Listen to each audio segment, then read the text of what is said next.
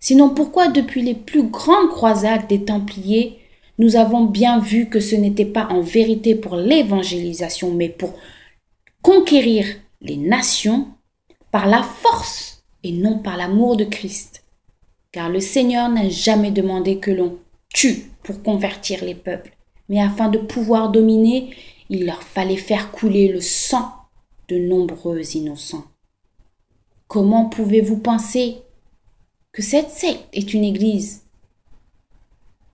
en étudiant toute l'histoire? N'est-ce pas Christ Jésus qui doit vous inspirer par ses œuvres? Pourquoi vous référez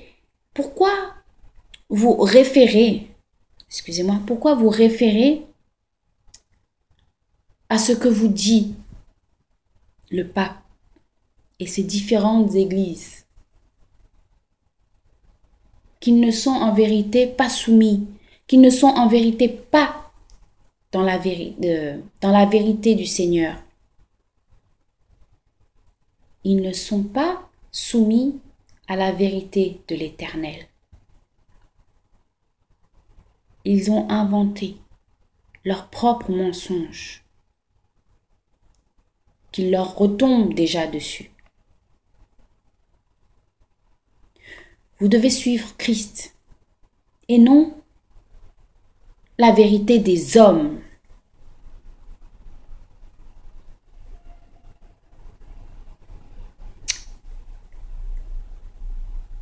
Est-ce que le pape a été rendu parfait par la parole de Dieu, des écrits que les prophètes ont déjà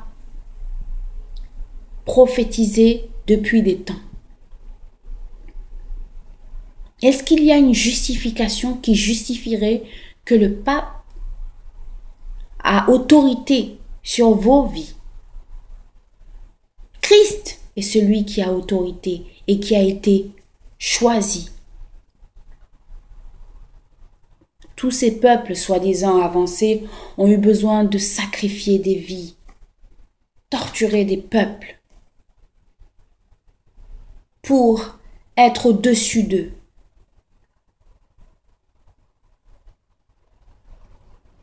Et prendre et inventer leur religion afin que nous leur soyons soumis. Comme au temps des pharaons, ces nations dominatrices ont eu besoin de la sueur des esclaves pour satisfaire leur envie.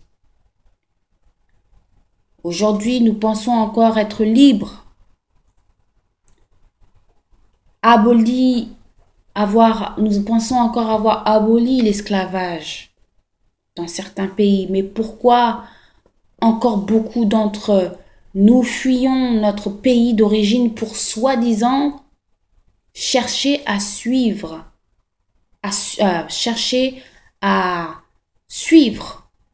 les puissances? Pourquoi allons-nous nous exiler, cherchant à survivre? D'accord, je veux bien qu'on aille se refaire ailleurs, qu'on aille découvrir des sociétés avancées, étudier leur manière de vivre, étudier tout simplement dans leurs universités, travailler quelque temps. Mais ne vous voyez-vous pas que c'est le système mis en place par l'ennemi pour vous laver le cerveau afin que vous ne saviez plus d'où vous venez au final? Comme disent les Américains en anglais, brainwash. Afin de vous maintenir encore mieux et qu'ils vous utilisent encore mieux, qu'ils utilisent votre intellect, eux-mêmes ayant façonné cet intellect qui n'est pas celle de Dieu, mais qui est l'instruction de l'ennemi. D'accord? croyons-nous que l'herbe est plus verte ailleurs, alors que ce n'est pas vrai, vu que le système des puissances est en train de s'écrouler déjà. Et ce que vous ne voyez pas derrière, c'est que non seulement ces puissances ont pillé chez nous, continuent à piller chez nous, mais en plus, ils chercheront à garder nos terres. Et ce qui veut se produire maintenant, c'est déjà produit. Exemple, en Afrique du Sud, où l'homme blanc se considère maître de ce territoire. C'est pour ça qu'il y a eu la guerre civile là-bas, car l'homme noir n'a pas accepté. Ils ont voulu chasser l'homme d'origine de leur terre.